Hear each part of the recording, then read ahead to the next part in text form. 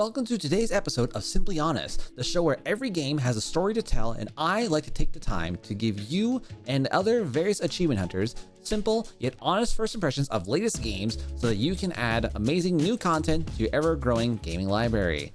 Welcome to today's showcase of Sineus Arena. Now, before we dive into today's review, I would like to preface that this review is currently based on Sineus Arena's current alpha build, meaning this is an alpha demo and our review is going to be showing a lot of what the game currently has to offer. Of course, as the game develops and modifies over time, we may add additional reviews, so feel free to leave a comment in the video if you would like to see us cover the growth and development of Sineus Arena. For those who do not know what this game is all about, Sineus Arena is a Megabonk-style game made by a small indie development team where the developer and the founder had to sell his own car in order to fund and make this dream a reality. Like most Megabonk-style games, is a constant action-based game, and one of the biggest challenges that I faced was the fact that with next to zero downtime while it's taking on the hordes of enemies, you have to do everything from planning, building, and just simply surviving while the enemies just don't stop. And this is a game that gave me a lot of really fun excitement, as there was a lot more action in this indie title than I was initially expecting. When we dive into some of the various first impressions that I had with this game, is the first thing that I noticed was the music, the quality of the sound design. The music of Sineus Arena was, in my eyes, a banger. This was my genre of music, high octane, good beats, good rhythm, and in a way that kind of fueled me to try harder as I worked my way through going through this game for this review. And the first impressions of these graphics was, considering the size of the game, I felt like all the character models had a lot of their own personality to it, as one of the biggest things I'm always afraid of when it comes to covering certain types of indie games is when the indie developers simply grab one or two character models and they slap different colors on them in order to make their game feel more populated. Thankfully, with this particular game, that was not the case. With this game being advertised as a Megabonk-style game, I will say with a lot of assurance and promise that this game definitely delivers on that. One thing that I will say that I was very surprised about when I was going through this for this review was the fact that you could not only run around in a Megabonk style defending with your hero, but you could also work in building your own personalized town where you're able to use the town as your own form of a health bar. When I was going through the gameplay and I eventually would be succumbed by the hordes upon hordes of enemies, I later found out that just because your character dies, the run isn't over. Your health bar and your condition of your run is based on the condition of the town. All the towers, the building health, everything is what keeps your player going as you keep going through more of the waves of enemies. And this is something that I think is really good, especially for people who play games like this solo and you don't have friends who are there to help you out when it comes to progressing through the game. Not only are the character models really cool, but just also the abilities and the weapons that you get to use during your gameplay of this whole thing. One of the things that I thought was really interesting about this whole situation was the fact that not only do you get to just have multiple weapons stacked on your character as you play through the game, but you can also build and create different style builds, which makes the game even more intense and more limitless when it comes to the overall gameplay style. Personally, when it comes to, for lack of better words, a minor negative, was I was moderately confused in regards to how things would work.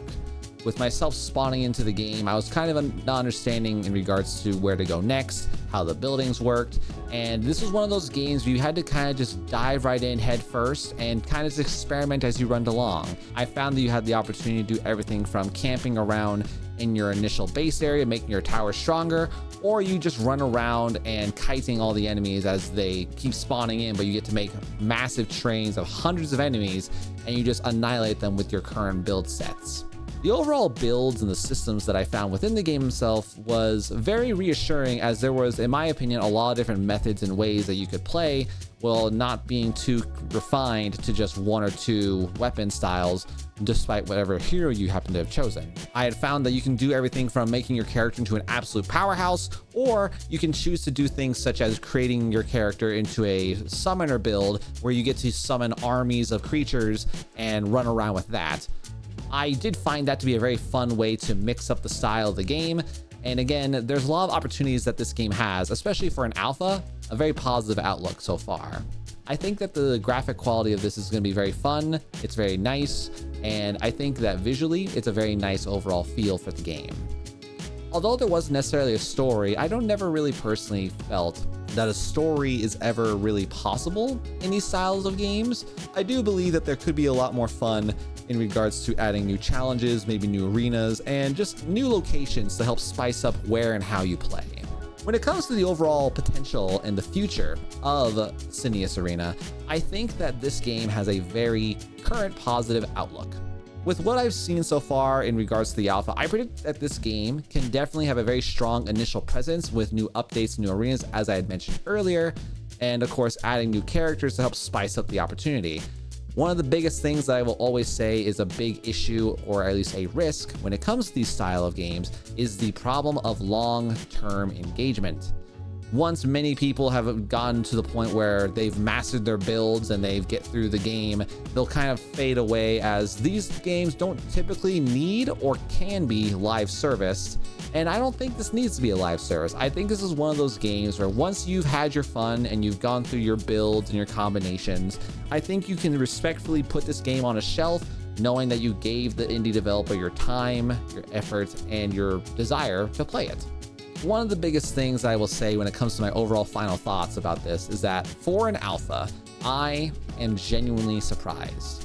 Personally, I did not experience many issues in regards to the gameplay or crashes. I did experience the occasional frame drops and of course sometimes a lack of direction, but again, those were all quenched and removed with time. I will say that I think that there could be a necessity for a tutorial for those people who don't play these types of games at all. But at the same time though, there's only so much hand-holding that you can do when it comes to these types of games, but I do appreciate my ability to learn and understand what I had to do to get further along in this game. It's always important to remember, ladies and gentlemen, that this review is based on the alpha of this game.